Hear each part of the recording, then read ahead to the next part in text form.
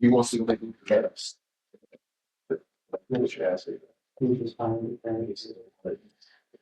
Okay, so I want to get started. Today, I want to talk about the rest of the semester. So basically, today would be our last lecture. Yay! Uh, on Thursday, or excuse me, Wednesday, today is the 17th, on the 19th, I will hand you out your test, which will be a take-home test. And I will be here next week, the 17th, 24th, okay, 11, 24. And I'll be here to work on it with you. So if you will go through it, if you want me to help you, I'll help you. I'll give you some of my answers, my thoughts. Will I give you the answers? I don't know whether I'll give you the answers or not, but at least we'll work through it. And then the last week, which would be in December, I don't know. Let me think what.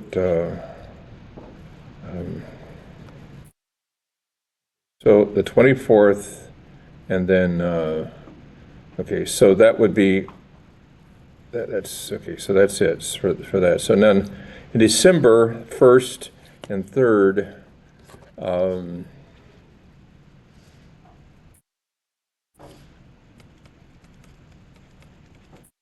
I'll be here and I'll be taking in your stuff that you have, okay?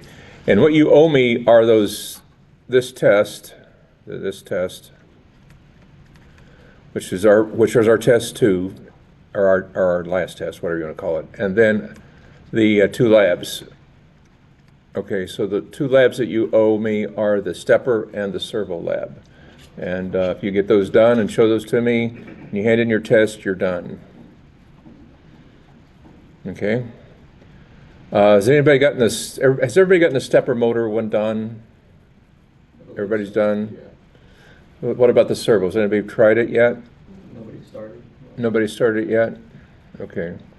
Well, I can help you, maybe on these 2 days or down here, I can help you with that. We can go upstairs and we can do that upstairs, or I can help you get started. If you have any problems with it, we can work on it during this class periods. But that's all I really have. And if you're going to say, oh, I didn't give you your full semester's worth, I am sorry. I think we've done enough. I think we've had enough. And I've yet got to put this test together. I'm going to start it today, and I'll work on it tomorrow and a little bit on Wednesday. But it's not going to be hard, but it's hopefully going to be kind of a review of some of the stuff that we've done, and hopefully tie it together a little bit better. I don't know. We'll see. So anyway, so what do I want to talk about today? We want to talk about today this two things really. One is the book, the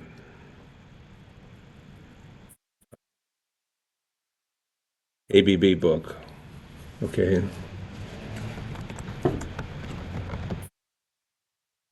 And so this is the book that they have. Let's see if they've got it. No, I don't want that. I do not want that. I want their book. I want the ABB.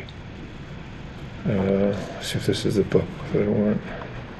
Yeah, this is the book that they have. I just want to look at it for a little bit and try to understand that that this is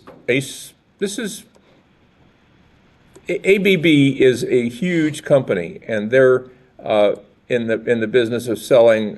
They're Swedish, and there's 2 things that the Swedes, well, really 3, I guess: Volvo, ABB, and Electrolux sweepers. So, and Saab, you got Saab in there too. Okay, but anyway, that's what they're noted for. But ABB is one of the in the world, the biggest is who? Starts with an S. Siemens in the world. Okay. So in the world, in electrical controls, Siemens is number 1, and ABB is number 2, and there's a big gap between then number 3, and I don't know whether number 3 is Rockwell or whoever it is, but these are the 2 biggest by far, okay? So their presence, ABB, they do a lot with robotics, they do a lot with everything. They've now got a PLC that they sell. It's not very popular yet, but it probably will gain because they got a lot of customers out in the world. But anyway, so I checked up on what ABB has as far as drives. And they've got a technical book, and that's where I pulled some of the stuff that I had before. But basically, I wanted to kind of get an idea as to do they have a better or whatever. And they have they claim that the world's most advanced AC drive technology. Now, I don't know if they do or not, but they use torque control to control the AC, the sine wave, to vary the frequency and to control the sine wave. They use torque control. It's an open loop system. So I went back and I looked and I asked my buddies at ChatGPT, and let me get through here and find this, and then I can show you a little bit more what I found.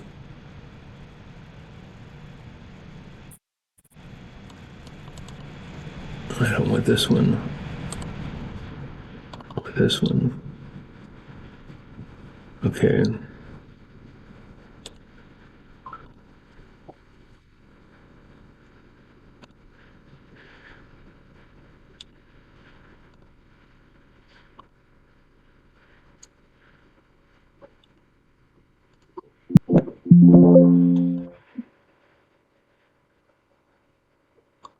Okay, so this is the book that I have out there, and this is kind of where I want to take all the test material from. This is the book that's on the website. So I go down to the bottom of it.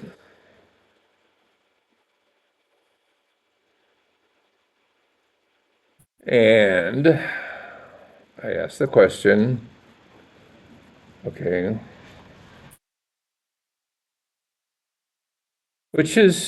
what's the best? In other words, who's the fairest of the land? Is it these guys or somebody else? Okay, so I ask the question: Is ABB, direct torque control, superior to flux vector control? Okay, so flux vector control is what everybody else uses. ABB uses direct torque control, which is better. And according to ChatGPT, it depends on the application. Now, which is better for what application? Okay, so this is ABB, and this is everybody else. So what do? Well, for direct torque control, directly controls torque and flux. And flux-oriented control controls the stator current components, and that's okay. And they use direct torque control uses a table, and field-oriented control uses they get a feedback signal. Okay. Now, direct torque control is very fast, and flux-oriented control is a little slower. And anyway, so they go back and forth and back and forth and back and forth and back and forth. And so direct torque control is generally faster. It reacts almost instantly to torque commands. That's why it's popular in high dynamic drives, such as traction centers or robotics.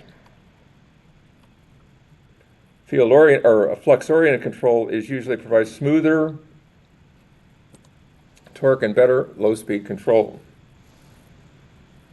All right, so there you go.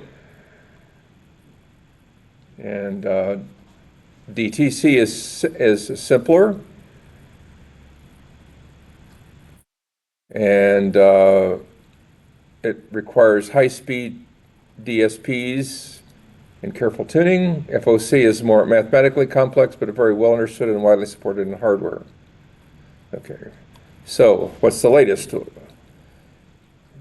And they acknowledge DTC is pioneered by ABB in the 1990s, was promoted as superior because of its response time and reduced parameter dependence. However, modern flux-oriented control implementations with faster processors and high-frequency pulse width modulation has closed most of that gap. So if you are getting a dynamic torque response, use DTC. Flux-oriented is still the dominant standard in general-purpose industrial drives. Okay, so ABB hasn't been able to take over the market. They're, in some cases, better, but you can see that it's a mixed scenario. Okay. But you see how you do this? You can kind of look at the market and you can kind of say, now, which is better? And you can kind of get an idea as to what do I need and why would I go one way versus the other. And that kind of is what I was after. All right. So flux-oriented control is preferred for most precision or low-speed control tasks. The line is blurred. Okay. So who are the leading FOC controllers? Okay. There isn't a single company. Okay. There isn't a single company. Here's a few of the top names, however. These are who they name: STM, ST Microelectronics, and Infineon. Now these are companies that have these high-speed electronic switching semiconductor devices. Do you understand? They have to take 460 volts. They have to withstand that. So you don't get 5-volt systems. You get systems that are able to withstand the voltage of 460 or in that range. So these are very toughened semiconductor devices, and they're very high speed. And that's where we're at. Okay? And you can go back and you can look at some of the other ones. But you ask, okay, and then I come back and I ask another question. Which one is the leader? And then they break it down into what are you looking for, sir? Are you looking for industrial drives, hundreds of kilowatts? Are you working in embedded control? Are you looking for the automotive industry? What kind of things are you looking at? So they ask you all those questions. Okay. And then I know that Mitsubishi has a good drive name. They are hugely successful. So what drive technology does Mitsubishi use? Is one of the latest variable frequency drives from Mitsubishi. Here's a breakdown of the drive technology they're using. Okay. And they call theirs magnetic flux vector control, which is the FOC. Okay, that's what they call theirs. And they go through and they tell you a little bit about it. So if you want to use a high-speed drive today, here's some of the things that I hate this thing that keeps blowing up. Here are some of the things that the Mitsubishi people do. Okay. So do you have to have feedback? No, you do not have to have feedback. And that gives you the parameters for which they would have to have an encoder. So here would be, you don't have to have it. It's probably for real tight control, you do need it. All right? So they mention a volts per frequency curve. So that's another way of describing it. And I don't really understand all that, but that's what they do. Optimum excitation control and flux optimization. So again, you survey the market, you ask some questions, you say, now, which is better? And you listen to other people, and you try to figure it out for yourself.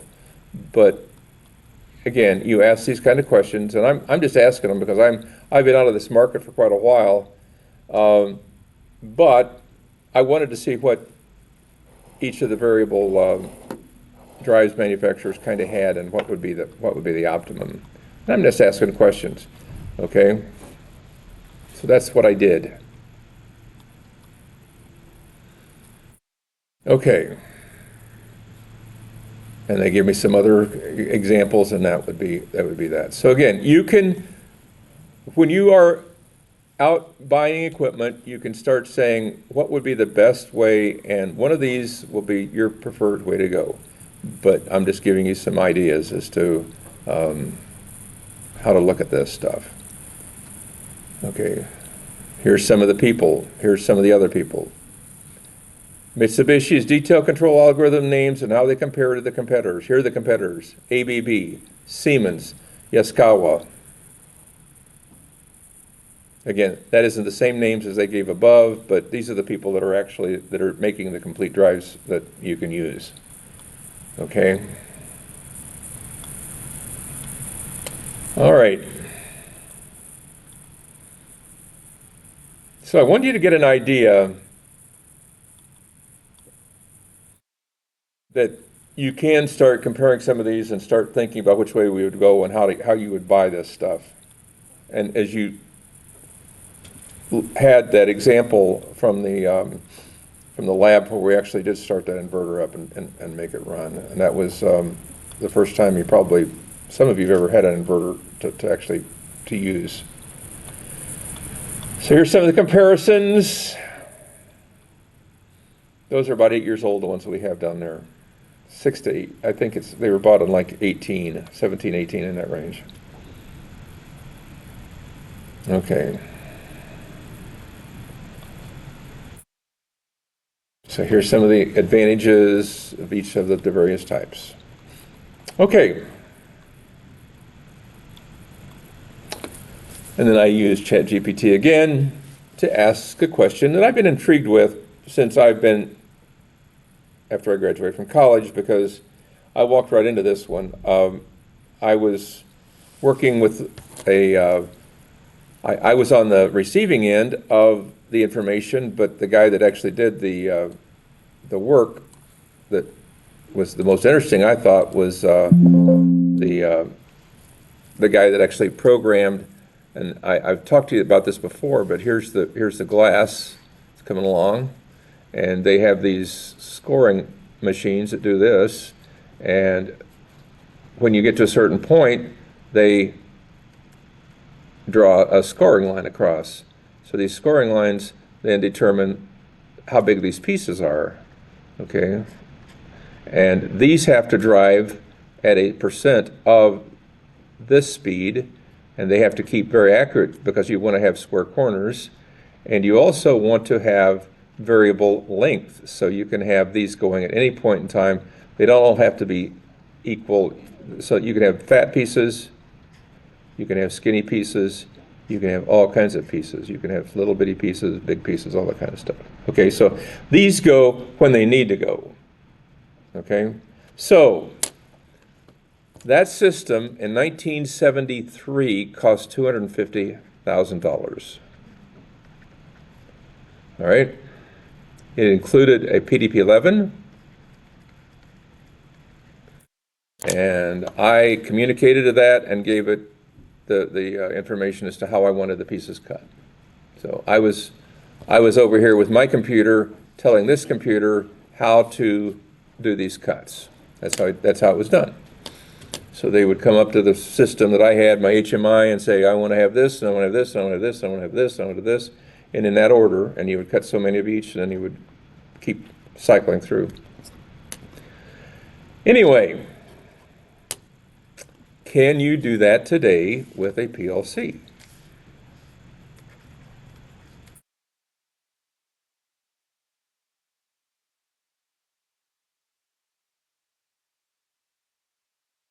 So in today's economy, what would be $250,000 in 1973 money be? It's at least $2 million. So would you ever do this with a $2 million thing today? Could you do it with a $279 S7 1200 processor? Yes.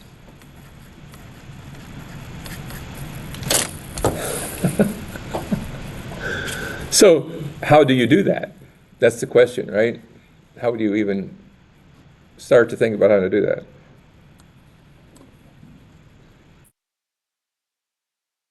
Do you see where this is going? We went from 2 million down to $279.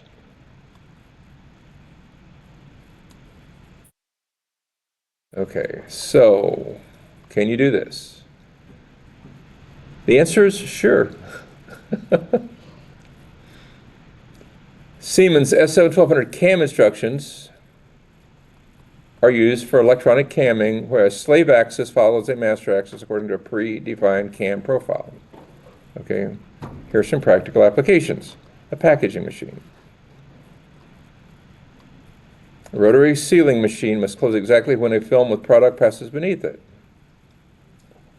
It must match the film's feed the master axis. Okay, there it is. There it is, exactly. Cam instruction ensures perfect timing even if the speed changes. Okay. Now, how fast do you have to run this program? It had to be 8 milliseconds. That's how fast they ran their program. I know that because I actually bellied up to their program. So they were accurate to a readjustment every 8 milliseconds. So they had to run their program every 8 milliseconds. Can you do that with the PLC? And the answer is yes, you can do that. You can do it on a clock every 8 milliseconds. Okay? Now, it's harder to convince somebody that you can do this with a $279 PLC than it is to actually do it. It's harder to convince them that you can actually do this than it is to actually do it. But now that you know that the cat's out of the bag and you could possibly do this, how would you set about doing it? For that amount of money, you can actually set up a demo line. You can actually set up a demo and show that it can be done. Get a little conveyor, run across it. You can actually set that up and show it in a minuscule version. You can actually do that and show it that it can work. It can be done, okay? So, I've been intrigued by this problem ever since I saw that, because I would have loved to have written this program to do this. I wasn't able to at the time. I think I could today without too much difficulty, but in that era, I was awed by this guy who did this. I really was. The guy who wrote the program, I think I told you his name, Tony Cachet. He went ahead and became the guy that designed Control Logics, the platform for Allen Bradley. He was the guy that did the design of that platform. The guy that I worked with, his name was Gordon Stallings. He was the guy that actually set this up at Laurinburg. He was a graduate of MIT. Wow. Ooh. But anyway, can you do that? Here's another one. All right, so they're able to do that. How the cam is used. The master is the conveyor the master is the conveyor encoder. The slave is a servo driving the label roll. So here you're taking a rotating table, needs to align with the moving bottles or packages on a conveyor. So you got a bottle coming down, and you got a label that you're going to stick on it. Okay? You come up and you align. The cam table defines the roll speed versus the conveyor position, and it does it. Now with that, you don't have to be quite as accurate as you do with this. If you're not accurate here, your line of your cut is off a little bit, and it won't go in it might not fit in a window just right. So you've got to be very accurate here. This, if the label's off a smidge, it shouldn't matter. But here, this thing, it's got to be dead nuts. Okay, dead on. Okay, carton eruptor, folding arm motion. So here you're taking and making boxes out of folding of cardboard. Okay, folding arm servo, et cetera, et cetera, et cetera. So why not use robots for all this? It's cheaper. In many cases, cheaper. Okay, especially for that price right there. And I'm saying that $279, they charge us $279. They charge everybody else in the world $600 to $700 for those things. We're getting a rare deal. Please don't take them out and sell them on eBay. We beat on them enough that I don't think anybody wants them anymore anyway. Here's another one, pick and place with a rotary synchronization. Anyway, these are good examples. Print registration. Okay, print registration. Here are some of the instructions. And if you want to, here's some actual programming. I said you have some more examples. Here's some more examples. Biscuit or cookie cutting machine. Be rolling in the dough there, right? Bottle filler or capper. Bottle filler or capper. Okay. So if any of these applications you actually are using mechanical cams, you can replace them now with electrical cams, because that's what they are. It's running one thing up to another and getting them in line and then doing something with it. Film feed with dancer roll. What's a dancer? It's you have a roll, and you have a roll, and you have another roll down here, and you go under this roll and back up here, and this thing can move up or down. So you can regulate tension based on this, and this can go up or down so that you can actually have, once it goes higher, you can have more pressure on it coming down. If it goes too low, then you let it come back up. That's a dancer roll. That's what that's called. This guy goes up and down. This roll here, it can go up or down. Why it's called a dancer. Anyway, a shrink wrapper. Usually you're going to have a robot, but again, you can have this for shrink wrappers. Okay, wood saw or cut to length line, which is exactly what this is. Tube bender. Controlling the bend angle. Automotive assembly.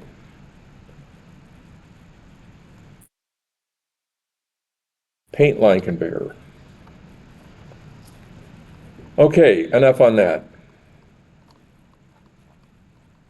There's more. And here are some instructions. How it would look.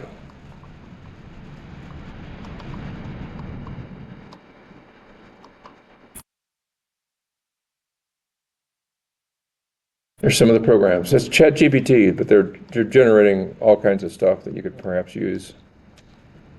I don't know. I've not done one. Love to do one of these. Love to put these guys out of business. I always knew they were overpriced, but I didn't know how much. And again, they weren't overpriced for their day. But do you see how things have moved? For their day, they were a good deal, because they went around and they sold this to every glass manufacturer in existence. LOF, Guardian, everybody got this solution. Everybody got that solution. And there's what you would do today. So can you do this with other PLCs as well? I think you can, but this latest round of the Siemens version 20 of their software allows you, with their new processor, allows you to do all this stuff for that price. The 1214, yes, sir. How expensive are the PLCs that we have? What in comparison? Because I saw on our Siemens PLCs, it can go down to like microseconds. How fast are they? Yeah. You can get them down to 1 or 2 milliseconds, and maybe even faster. I saw that you can get them. I was just wondering, like, in relation to this PLC. Mm-hmm. You can get in a sub 1 millisecond range for a scan rate of a PLC. Yes. Yeah. Yep. In that range, that's where you get the higher. They've got PLCs that'll go sub 1 millisecond. The little guy is, I'm thinking, is still probably in the 1 to 2 millisecond range. Okay, I think he's still in that range. You can get, we got some PLCs that cost $20,000. Just the CPU, but they were ones that were toughened to go in an area with high corrosive, all kinds of bad stuff. They were able to withstand all that stuff, and they were able to survive. And the reason we got them, they gave them to us, is because they had gone out of date. So they had made them, they couldn't sell them. So in other words, it would be cheaper to give them away. And those are some of the ones that are hanging on, that machine in the back in 1100. Those PLCs that are down underneath. The machine all the way in the back of the room. all the way in the back of the room. Okay, each section has a PLC on it. Some of those are worth $20,000 a piece because they're those super duper ones. They gave us six PLCs their one-time market value is $120,000.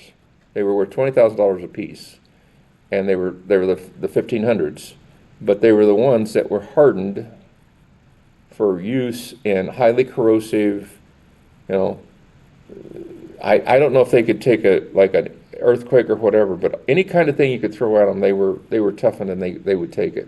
They would take a licking and keep on ticking. They were guaranteed to. Those are some super duper ones. These are not. I mean, these little ones that we get are not, but they were $279. Now with the tariffs, they're $399. Tariff made it 1.5 times our cost, or 1.3 times our cost.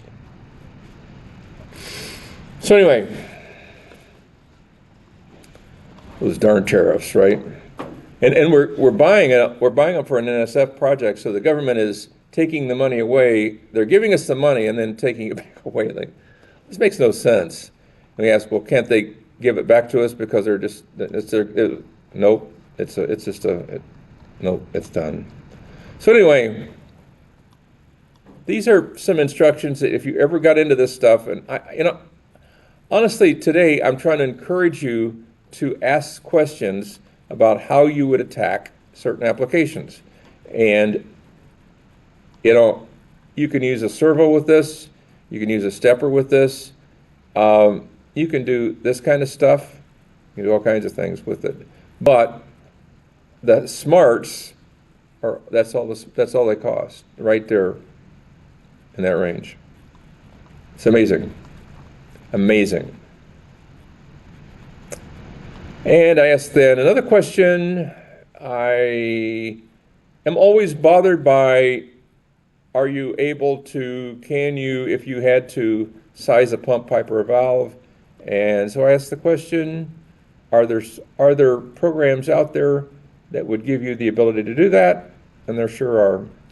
So you can dial up any of these programming packages. Some of them are free, some of them are not. But you can, if you want to, there's some open source programs here, and you can find one of them that might give you the information you need to be able to size a pump. Not that you are ever going to do that, but if you need to, there they are. Any questions? Today's kind of an end an ending of sorts, but I feel like at some point in time, you feel like, you kind of have to just kind of say enough is enough. But how do you do some of this stuff? Well, at the end, I kind of turned to ChatGPT to give me some answers to some of it, but I kind of knew some of this. I'm intrigued by this because, like I said, I ran into this back in the day, and people say, "Oh, no, you can't do that. You can't do that with PLC." Oh, yes, you can. Oh, yes, you can. And today, you'd be stupid if you didn't at least try it. So, just simulate it up, mock it up, and see if you can do it. And if you can, then you proved them all wrong. Because I'm sure there are people who will come out and say, "Oh, no, you have to have a special purpose computer with, and they'll name all the stuff you have to run on. You have to run on the Unix platform and all that kind of stuff." No, you don't. Not today. And that's why they pay you money, to be able to diagnose that and to figure that out, which is the best way to go. I'm not saying PLCs are always the best way to go, but daggone it, when they can do this kind of stuff for that kind of a price, where I know where they came from, this is a lot of money in the day. They had to guarantee that it would work, of course, but if you had a mock-up, you could try it on a whatever and see if it works. And I bet it'd work. But you'd have it. This is so accurate.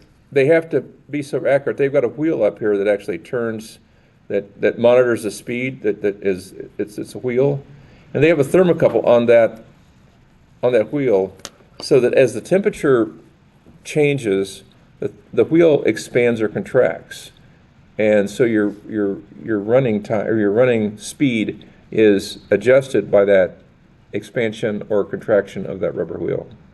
So they have a thermocouple on it to record temperature and make adjustments for it. Anyway, anybody have any questions? What quiz are we on? I don't know. I haven't looked in a while. What? I Yeah. don't even know if I'm behind or not. How many are in 16? Let's go look. I don't know. Anybody know? 15, 16, 17? EC&M.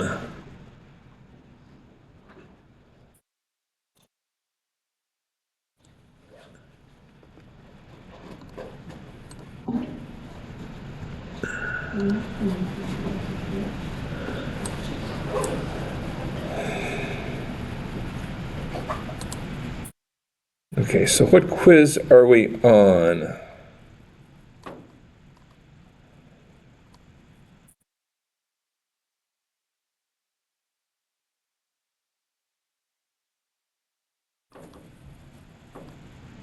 That one's just on breakers, though. That's not on the code. No. 517. It's 517. Okay, so I'll hold you through 517. How's that? If you can get through 517, you've got them all done, okay? I want you to be smart on the code. I don't want you to worship the code, but I want you to be savvy on it, because you'll get nailed if you're not. If you don't know where to look, if you don't know what to look for, you'll get nailed. But on the other hand, I want you to get in the habit of maybe, at least once a week, once a month, looking up this stuff on here and saying, what is going on? If there's nothing going on, fine. When I was in industry, working in industry, I would check this thing from time to time just to see what the latest and greatest was or what was going on. Yes, sir? What's your opinion on using older MEC books, like 2018, for example? Still, Usually they're okay. I mean, it's just the technology, if the technology moves into a new area, then you're not gonna be up to speed, but most of the time it's okay. You're fine. Unless, most of the time you're better off, because usually the people that are actually judging this stuff are going from an old one anyway. They're not going from the latest and greatest one. They're going from, 5 or 8 years ago. if you're gonna get an argument with people, you're probably gonna be arguing about an old version of it anyway, so it doesn't matter. It just, being knowledgeable enough that, I introduce it and I bring it up again and again and again.